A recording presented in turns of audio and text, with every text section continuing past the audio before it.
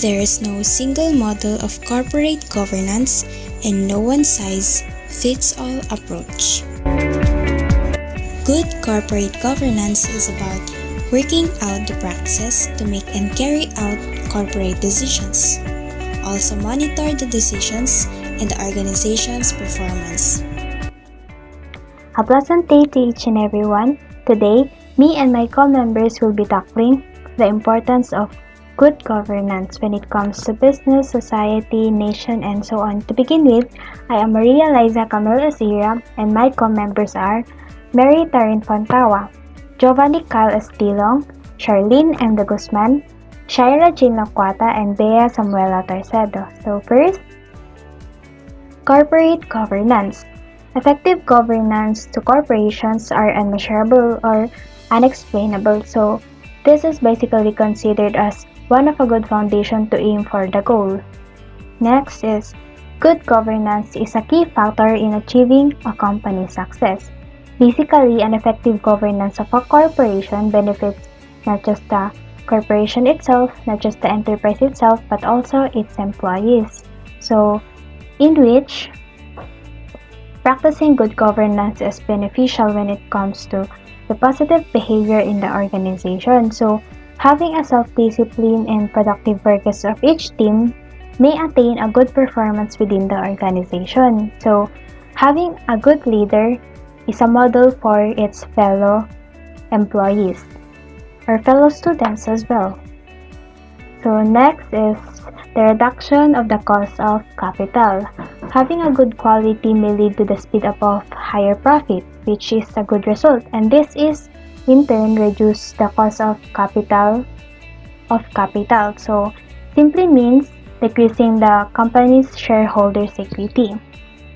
Next is the improvement in C-level decision making. So this is enhancing the capability of choices of decision makers. So what does C-level mean? In short, talks about the common C-suite executives, which includes the CEO, CFO, CEO, COO, and CIO. Third is better internal controls. Okay, related to the first one is having a better performance of the employees, a more disciplined operations within the corporation results to good governance. Next is improved strategic planning. So when we learn from our mistakes, we understand what we should improve or what action we could do. So improve strategic planning or effective tactics when it comes to targets and outcomes is a good benefits for having a good governance. Next is corporate governance. Governance helps you to always act in the business act in the best interest of the business, unlocking new opportunities and can reduce risks or threats. So this enables faster and safer growth when it comes to the development of the enterprise or the organization. It can also help you secure investment and by creating formal reporting procedures. So that clearly lay out everything that investors need to know. So to make it short, these benefits mean your business is more likely to last in long term and may lead you to franchise your business or enterprise.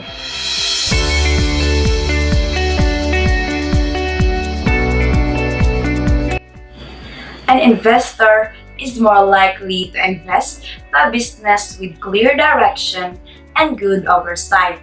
If they think your governance is substandard, they may see your business as a risky investment and maybe ask for higher returns or a larger share. An investor don't just foresee through the profits, but also the threats or the risk in investing. If a business has a poor governance, we could say that there is no profits that is coming in. So basically, the investor wouldn't risk to invest if he or she could see that the enterprise is in low performance. So what is the importance of good governance when it comes to business? In business, there will be managing cash flow challenges. It is the controlling of transactions within the organization. It is where the money comes in and it's where the money comes out. Another is that there will be deciding whether to downsize or to expand. It is about how sufficient your fund is and choosing whether to expand it or to drop one business. In business, you are also going to manage difficult employees. The performance of the employees will always reflect on the organization's services. Therefore, practicing your employee self-discipline and choosing the right employee would be the best solution. Attracting a new senior staff, having an expertise will help you make the business grow. To be exact, a kid will not grow up and be mature without the help of the elders. Managing shareholders. Being one of the shareholders not just pertains to making profits, but also being accountable in their responsibilities. So what is the importance of good governance when it comes to nation? It protects the social, the economic, and the political rights of every citizen. In a nation, good governance highlights protecting its citizen, society, and so on. It leads to effective collaboration of different sectors of the country, especially in politics and in society. In such instance, globalization comes in. Having the effective socialization or interaction among one country to another country.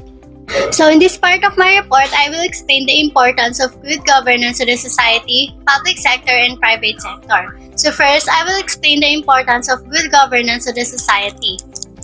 Society can reduce risk and enable faster and safer growth. It can also improve reputation and foster trust.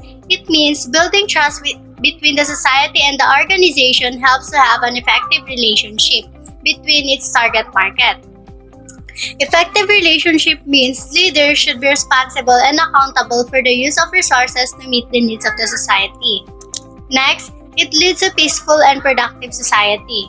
Effective governmental institutions, or should I say good leaders, are the foundation of peaceful and productive society.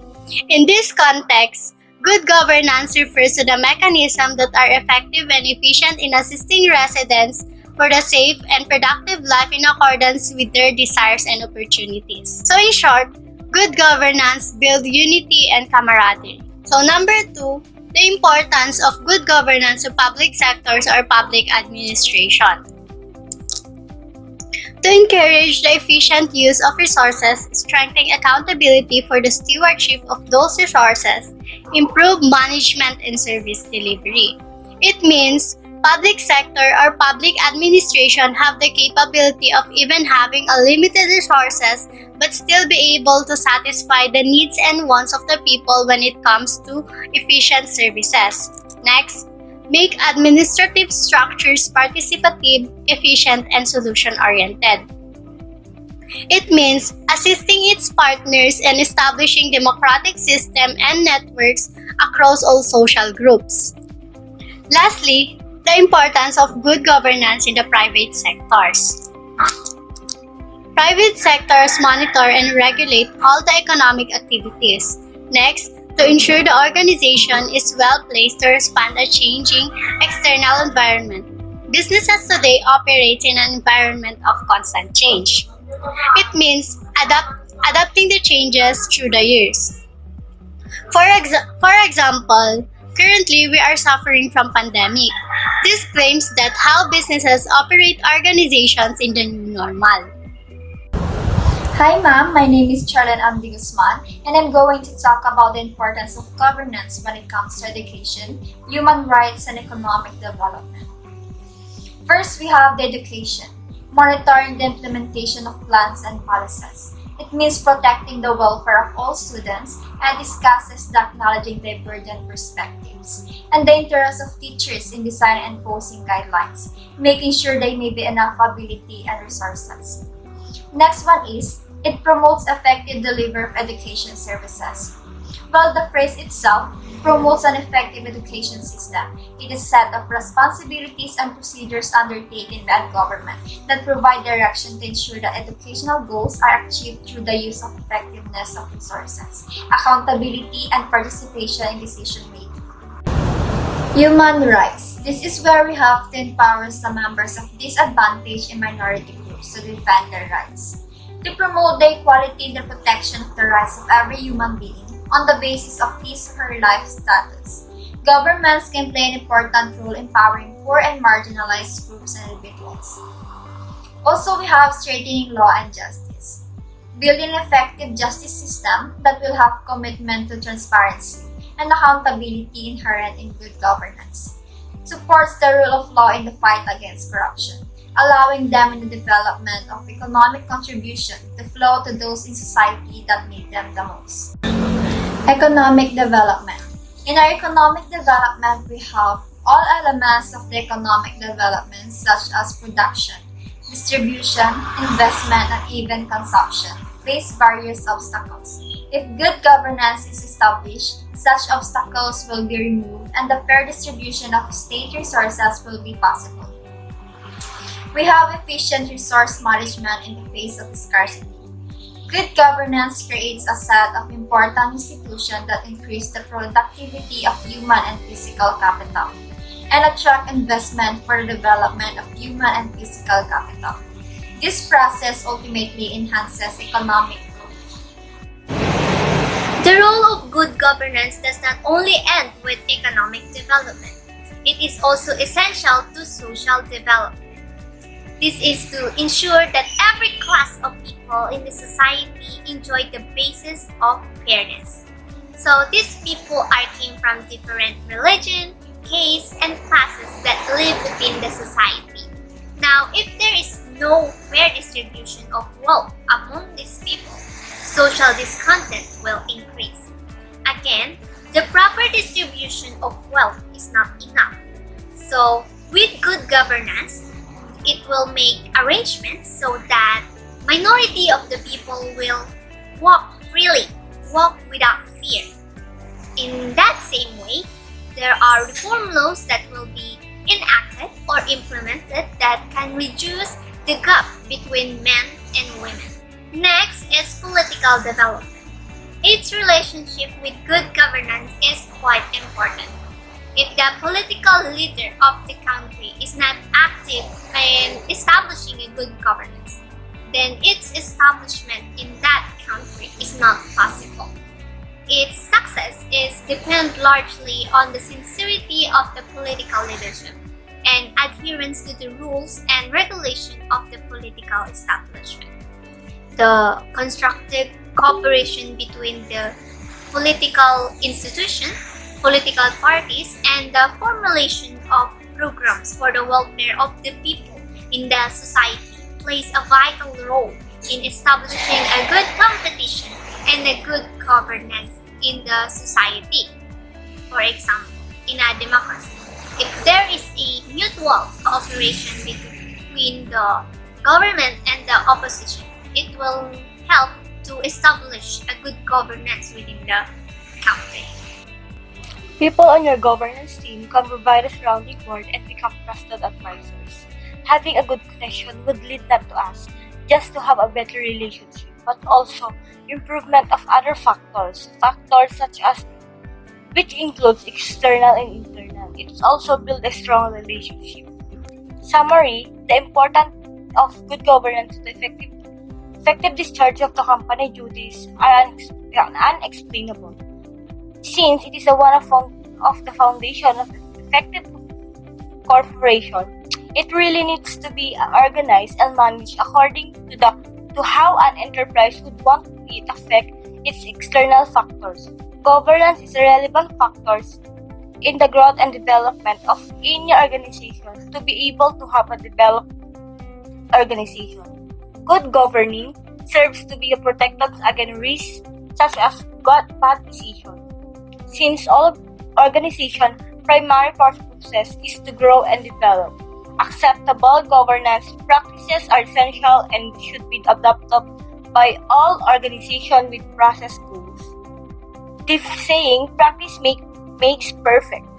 To be able to adopt a good foundation of the organization must see to it that they are making a process for its development and growth to be able to achieve their goal with a good training and practices. Hence, the good governance is important. People's participation is the essence of good governance.